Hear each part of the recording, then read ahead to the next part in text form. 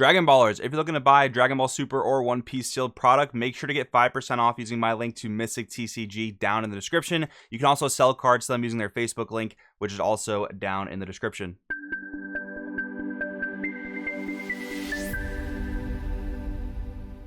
Yo, what's going on, Dragon Ballers? Welcome back to another video. It is Friday, so we're doing a fun video today. We have a tier list for the set 20 power absorbed leaders. I'm a little bit late on this compared to when I normally drop these videos because I normally drop them like on the Friday the set releases, but because of the timing of Worlds and the Worlds LCQ and Dragon Ball Battle Hour and everything, I wasn't able to test these decks at all leading up to those events. So now that we've had set 20 for about a week, I've been able to actually play these decks and get a good idea of what I feel about their power levels. I haven't tested every single one of them super extensively, but I have a much better idea now of how these decks fall than I did back when I was just testing for Worlds and not really playing this format. So we're going to tier list these in today's video. I've got 5 different tiers, and we never keep the tiers the same between tier list videos, so I'll explain my tiers here.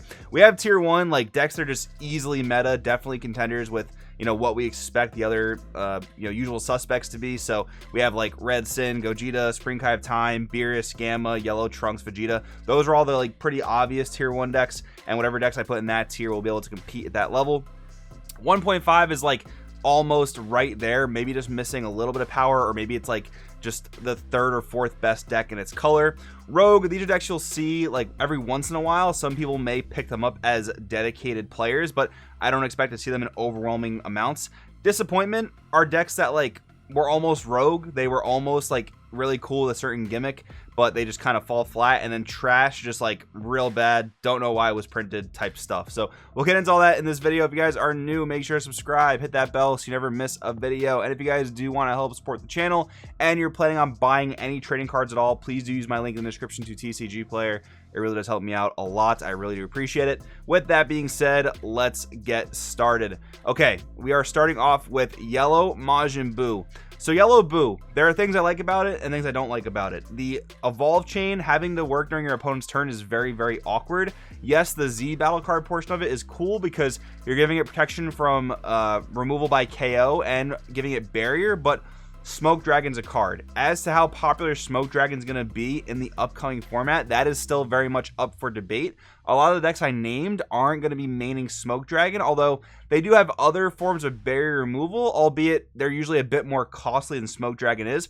But even disregarding that, I do very much like Buu's Boss Monster because when played in this deck, you can just tap 2 energy straight away. That is very, very powerful. So for as much as I don't love the actual evolve chain, but for how powerful the Buu Boss Monster is in this deck, compounded with the fact that there's just broken generic yellow cards that every yellow deck's going to play, I want to put Buu in Rogue because I don't think it's quite as good as like the Trunks Vegetas, maybe even some of the other yellow decks in this list. But I do think there are a lot of diehard Majin Buu fans, and I do think that Boss Monster tapping 2 energy on play, or 2 of whatever you need to tap on play, is something that sets it apart from the rest of the yellow decks. So I'm going to put it in the Rogue tier for now. I honestly hope to see it go up because I think this deck is very, very cool, but I do think it's just a little bit lacking in terms of like the rest of its engine. Now we have the Goku Vegeta Spirit Bomb deck. Now, admittedly, this is a yellow deck that I haven't gotten around to playing too much. I mean, there's just so much yellow to play this format, so I haven't gotten too much experimentation with it. I don't really see all that much that sets it above anything like Trunks Vegeta or even Golden Frieza. Yes, Swift Retaliation Cooler did survive another ban list, so theoretically, this thing's Z leader swinging with like infinite combo power backed up by Cooler is gonna be somewhat strong, but it's definitely a gimmick at the end of the day, and it is weak to certain blockers, especially if there's like barrier blockers. So I don't totally know where to rank this one. I definitely wouldn't say disappointment because I feel like the strategy works for what it's intended to do, but I don't feel like it's 1.5 because it might be the 3rd, 4th, or 5th best yellow deck up there. So I guess I'll put it above the Buu leader for now because the SS3 Boss Monster that came out in set 20 is very powerful, and in this deck, it does get its maximum amount of effects. So I'm going to put it slightly above Buu for right now. And again, comparing to like Golden Frieza, Trunks Vegeta, these decks don't quite stack up yet, but they are pretty solid in my opinion. All right, then we have Cumber. Cumber, I think, is really powerful. I think I'm going to put it in tier 1. It can maybe go in 1.5 because it's going to be interesting to see which deck edges out as the best black deck comparing like Cumber to Spring Kai of Time. But Cumber actually got a really unfair ruling change where you can now bottom deck your opponent's battle cards if you give them Servant. The way it worked before was, and I actually did a whole video talking about this ruling when it was the original way, the rule book says you have to choose a battle card with Overlord that has Servant and put it to the bottom of your deck as the cost. They're now just changing that ruling for whatever reason to it just goes to the bottom of the owner's deck. So if you give your opponent's card Servant via the various effects in Cumber, you can put the card to the bottom of their deck and then draw a card. That is a very, very powerful form of removal, and that alone boosts this deck up quite a bit. So I am putting it in tier 1 for right now. I do think it's at the very least the second best black deck, but it is possible it might even be a little bit better just for time, depending on how other things in the format shake out. What's cool about Cumber is like black decks have never really been great mid-range decks because they're either super aggro like Kai, like Vegex, anything like that, Gogeta Xeno being another example, or you have Hatchiyak, which is like the only control black deck that really exists. And then you have Cumber that actually seems like a decent mid-range black deck because it really does draw a lot of cards and has great time removing the opponent's board. So for that reason, I do kind of like this deck's odds. All right, next up we have the Majin Vegeta leader out of the starter deck. This one I am going to place in 1.5. It does feel a little bit better than the Spirit Bomb deck and the Majin Buu deck because the in starter deck cards are just really strong combined with Goku Vegeta Ultimate Duo. You have a lot of pressure you can put on for very, very cheap amounts of energy. Now, I think what this is a real good comparison to is like the Kid Goku Reboot deck, which was also a starter deck. But this deck just seems a little bit more updated. It feels a bit more fresh, doesn't really rely on a unison like Kid Goku does. That unison being very weak to just regular attacks because it's such a small unison in general. And Smoke Dragon. This leader just says if you have Gokus and Vegetas in your hand, just play them for 1 because you're a Vegeta leader, and that does feel very powerful. A lot of those cards are certainly playable in the Spirit Bomb deck for sure, but the Majin Vegeta leader just kind of strings them together a little bit better. And the fact that your Z leader is a free Z leader in this deck, really good. You can control your life very easily in Majin Vegeta. There's a lot of good things going for this leader that I feel, so I am going to put it in 1.5. I don't think it edges out Trunks Vegeta. Maybe there's something to be said there with Golden Frieza because you know, that's a little bit more of an unproven yellow deck, but I do like Majin Vegeta in 1.5 for right now. Then we have Green Gohan. So Green Gohan, in the recent video I did, basically the beginner's guide, there are a lot of really cool cards you can play in this deck. There are a lot of really strong 3-cost Universe 7s of various colors that this leader can play for 1 energy. The problem is the same problem that every other leader of this type has. It is restricted to only playing cards of its archetype, and for that reason, you can't play good side deck cards. There's so many cards you're just missing out on, whether it's like Sand Instinct or Deborah for hand control matchups, or any other like Floodgate you want to play that's not Android 17 Defending Friends. Don't get me wrong, Defending Friends is a great card, and it's pretty cool that this archetype actually has a Floodgate that's allowed to be played, but there's just so many cards you're missing out on. So as much as I like this deck on like a fun casual level, I'm gonna probably end up putting it in Disappointment. I don't even know if this would have been too broken if they said like you can't play multicolors but you don't only have to play Universe 7s, right? Like that would have been kind of cool. That actually leads me to think, I wonder if there'd be a cool restriction where like a leader says you can play up to 10 non-Universe 7 cards or something along those lines, or up to 5 non-Universe 7 cards. I don't know, just some random stuff I was thinking about. But yeah, I like this leader a lot on a super casual level, but I think in terms of meta, it's going to be a bit of a disappointment. Then we have Android 17 representing the new Invoker deck. I think this just automatically gets slotted into Rogue. Invoker's just been that archetype that some people play and not a lot of other people do. So I think the diehard Invoker fans are going to pick it up, going to play it, and probably find success with it. I think it is a rather strong deck, and it operates a little bit differently than the OG Invoker deck, but at the end of the day, it doesn't seem that Control is a very popular playstyle in Dragon Ball Super, at least when compared to aggro and mid-range. So I don't think that Invoker is going to be anything more than Rogue, even if the power level is not necessarily indicative of that. But I don't think like it's too overbearing of a deck either. So I do feel like Rogue is a pretty good place for it. Then we have the Universe 3 deck. I'm just putting it in trash. Like, I did a video talking about how it's just the copycat of everything else. Like, it copies like 4 other themes in what it tries to do, and none of those things it does particularly well. So yeah, I think the Universe 3 deck is kind of just dead on arrival. But I mean, when Sin and Gogeta still exist, how can other red decks really even hope to fare that well? At least when you're trying to be a red aggro deck, right? All right, then we have the Goku GT deck. This one, I'm gonna put it in Rogue. This deck is almost like really good. The main problem I found with this deck, and I've talked about this in the deck profile I did somewhat recently, the deck has a slight problem with defense. You don't have a great floodgate you can play. You can't play off-color ones like Oceanus because you can't play non-green cards.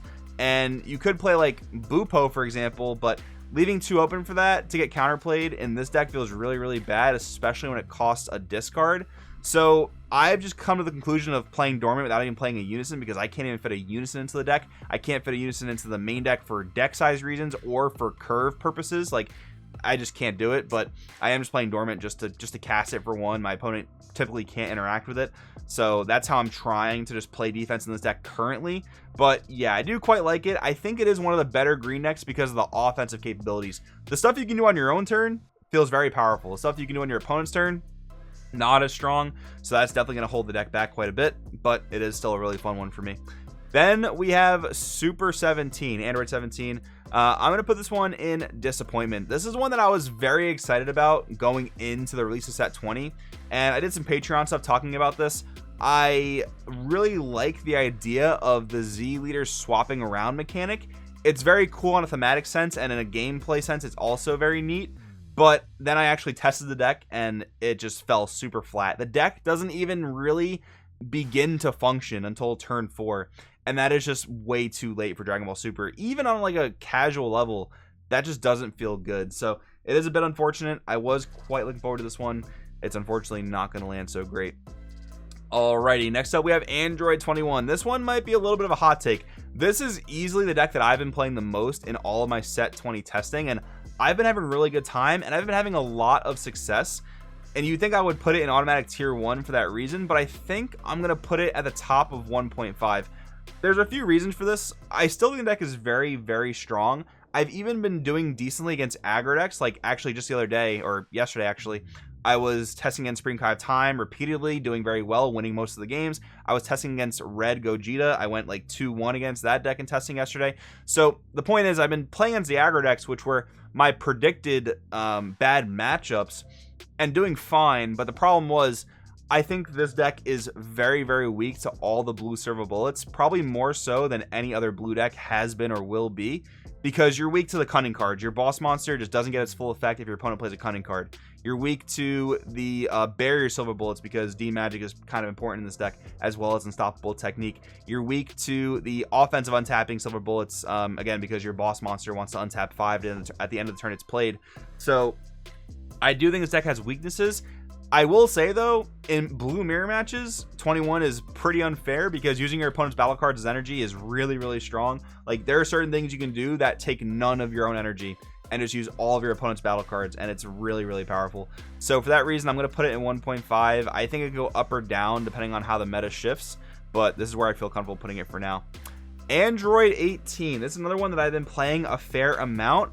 I kind of like it, not gonna lie. I kind of like it. I don't think it's like that OP, but like, since Crimson's banned, we're looking for a new blue mid-range leader, and I almost feel like Android 18 can be that leader if you just load it up with the same amount of combo power that Crimson had and just like figure out the correct ratios of main deck stuff to play. I'll bring this list to the channel pretty soon, because I think it's a pretty cool one, to be honest. For right now, I'm gonna put it in Rogue. I don't feel like it's a disappointment. I like a lot of what this leader is doing, but I don't feel justified putting it any higher than like the bottom of the Rogue right now. And then the Bobbity leader, I'll be quite honest, this is one that I have not played at all yet. I don't know 100% how to feel about it, but ever since I did my video talking about how AOD got some boosts, people pointed out to me that you actually can't play certain AOD cards. Like, you can't play Android 13 Agent of Destruction, the counterplay. That card's really strong. The fact that this leader cannot play it is kind of a big deal. So I don't know. I'm gonna put it down in disappointment for now. I genuinely don't know if this is like a better AOD leader than the actual black AOD leader. So this could be a wrong one, but this is how I'll leave it for now. But anyways, let's go back through here. So tier 1, surprisingly, the only tier 1 deck is Cumber, and I could even see Cumber like bumping down to the top of 1.5. But again, with there only being one good black deck in the form of Supreme Kai of Time, I think putting Cumber in tier 1 is pretty fair, because it is a strong black deck, and it'll at least be the second best black deck. 1.5, I definitely gave like an over justification of putting 21 here, so I'll leave that at that. Vegeta definitely feels like the best yellow deck out of set 20, so I do feel comfortable at this. Rogue, yeah, I feel like you might see a fair amount of each of these leaders. Maybe not so much like 18 yet, but I do feel like the rest of them can definitely see some play with like diehards, because these are fan favorite characters for sure. So I think people will pick them up, and then Invoker's just Invoker. That's always gonna be Rogue tier. Disappointment, this feels pretty correct. Gohan, I wish it was a lot better. The Super 17 stuff actually is a definition of this one. I'll probably put it down here actually, because when I tested this deck, I was super disappointed. And then trash tier, yeah, U3, I don't see any benefit to playing this over any of the other established red decks. Even Android 13 is like leaps and bounds better than this. But anyways, guys, those are my thoughts on the decks for this video. Actually funny how it kind of just like bell curves out. But let me know in the comments below what you think. Do you agree, disagree with any of my takes? Thanks for watching. I'll see you guys in the next one.